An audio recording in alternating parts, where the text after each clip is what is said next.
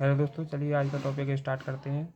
अगर वीडियो अच्छी लगे तो लाइक, सब्सक्राइब एंड शेयर करें। आज का हमारा टॉपिक है टेंसेस। टेंस कितने प्रकार के होते हैं, कैसे क्या होता है, चलिए जानते हैं।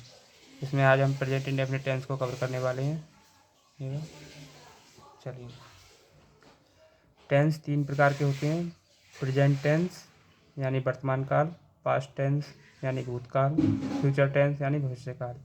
प्रत्येक टेंस के 4 भेद होते हैं, जैसे कि प्रेजेंट टेंस है, प्रेजेंट टेंस के present indefinite, present continuous, present perfect और प्रेजेंट परफेक्ट कंटिन्यूअस। ठीक है दोस्तों। ऐसे ही पास्ट टेंस के होते हैं। पास्ट टेंस के लिए past indefinite, past continuous, past perfect continuous. ऐसे फ्यूचर टेंस के होते हैं future indefinite, future continuous, future perfect और फ्यूचर परफेक्ट कंटिन्यूअस। ठीक है दोस्तों, आइए अब आगे बढ़ते हैं। दोस्तों चलिए प्रेजेंट इंडेफिनिट टेंस के बारे में जानते हैं, क्या होते हैं। सबसे पहले इनकी पहचान क्या होती है। वाक्यों के अंत में ता है, ती है, ते है आदि शब्द आते हैं, जैसे राम घर जाता है, सीता खाना खाती है आदि। रूल्स क्या हैं इसके, रूल्स देखते हैं। एक वचनकर्ता के साथ यानी ही, सी, इट के साथ वर्ब की फर्स्ट फॉर्म में एस या ई एस लगाते हैं। सेकंड रूल है, बहुवचनकर्ता के साथ आई, वी, यू, दे के साथ वर्ब की फर्स्ट फॉर्म लगाते हैं। ठीक है। इस टेंस में प्रयुक्त होने वाले वाक्य सामान्य घटना, सर्वव्यापी सत्य यानी यूनिवर्सल ट्रुथ तथा आदत प्रकट करने वाले होते हैं। इस टेंस का प्रयोग वर्तमान समय में होने वाले कार्यों के लिए होता है तथा आदत प्रकट करने के लिए बहुवचन के कॉमन नाउन से पहले दा नहीं लगाते हैं। इस टेंस के भी 3 पार्ट होते हैं दोस्तों, अफर्मेटिव और दूसरा है ये नेगेटिव और तीसरा है इंटेरोगेटिव। पहले हम अफर्मेटिव की बात कर लेते हैं। अफर्मेटिव जो सिंपल सेंटेंस होते हैं, जिसके लिए क्या रूल होता है, सब्जेक्ट प्लस वर्ब की फर्स्ट फॉर्म प्लस एस या ई एस प्लस ऑब्जेक्ट। दोस्तों कैसे बनाएंगे हम, एग्जाम्पल के तौर पर देखते हैं। वह पत्र लिखता है, ही राइट्स ए लेटर। एक वचनकर्ता के साथ दो एस या ई एस लगाते हैं, तो इसमें राइट के साथ एस लगाया क्योंकि ई इसमें पहले से है। चलिए दूसरा देखते हैं। हम क्रिकेट खेलते हैं, ये बहुवचन है दोस्तों, बी प्ले क्रिकेट। याद रखना, बहुवचनकर्ता के साथ हम एस या ई एस का प्रयोग नहीं करते हैं। अब देखते हैं नेगेटिव सेंटेंस।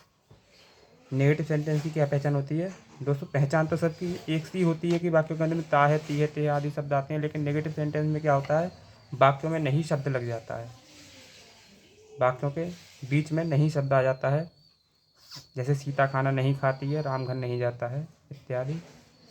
आइए हेल्पिंग वर्ब का प्रयोग जो है दोस्तों, हम डू या डस का प्रयोग करते हैं हेल्पिंग वर्ब के रूप में।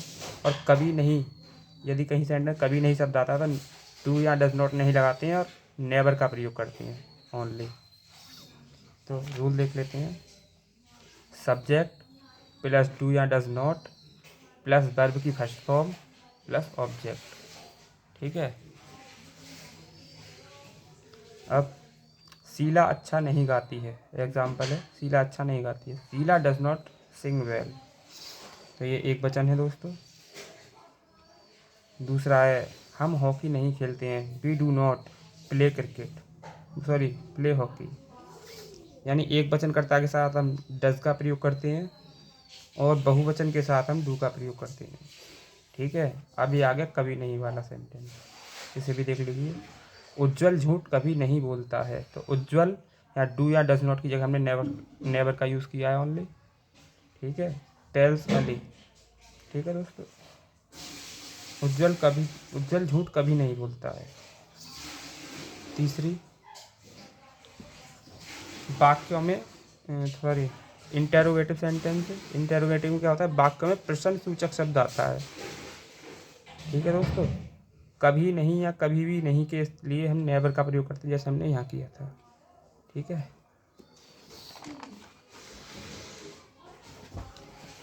ये दोस्तों 2 टाइप के होते हैं।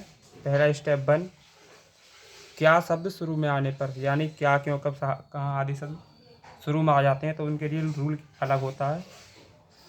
तो आइए देखते हैं। डू या does plus subject plus verb की first form plus object.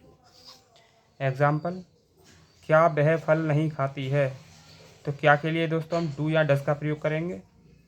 C not eat fruit, खाती है लेडीज है तो सी का प्रयोग होगा। ठीक है। क्या तुम प्रतिदिन स्कूल जाते हो? Do you go to school daily? तो दोस्तों ये एक वचन है तो इसमें डस का प्रयोग हो रहा है, ये बहुवचन है तो इसमें डू का प्रयोग होता है। ठीक है। क्या अमित कभी झूठ नहीं बोलता है? कभी नहीं आ गया दोस्तों, तो कभी नहीं के डज अमित, डू या डज नॉट की जगह नेवर लगा दिया है। ठीक है, नेवर टाला ली। अब सेकंड स्टेप देखते हैं। सेकंड स्टेप में क्या होता है? क्या शब्द बीच में आने पर, यानी क्या क्यों कब आदि शब्द बीच में आते हैं। WH फैमिली, सबसे पहले WH फैमिली लिखी जाए। WH फैमिली होती है क्या क्यों कब कहाँ आदि, इनकी जो इंग्लिश में होते हैं क्या भाट भाई, तो WH पहले आता है, WH फैमिली बोलते हैं। तो ठीक है, WH फैमिली प्लस डू या does plus subject plus verb की फर्स्ट फॉर्म प्लस ऑब्जेक्ट। तो ये वह कब सोती है? तो when does she sleep, when does she sleep. तुम्हें इतिहास कौन पढ़ाता है? हु टीच यू हिस्ट्री, वह अब क्यों नहीं सोती है? Why does he not sleep now. यानी दोस्तों सब्जेक्ट के बाद में अगर कहीं इसमें नहीं शब्द आ जाते हैं नोट भी लगा देते हैं, यहाँ सब्जेक्ट के बाद यहाँ नोट भी लगा देते हैं अगर सब यहाँ नहीं शब्द आता है कोई तो ये दोस्तों ये एक वचन है, एक वचन के साथ हम डज का प्रयोग कर रहे हैं इसमें भी। और यहाँ जो है किधर गया, तुम्हें इतिहास कौन पढ़ाता है? Who teach you history.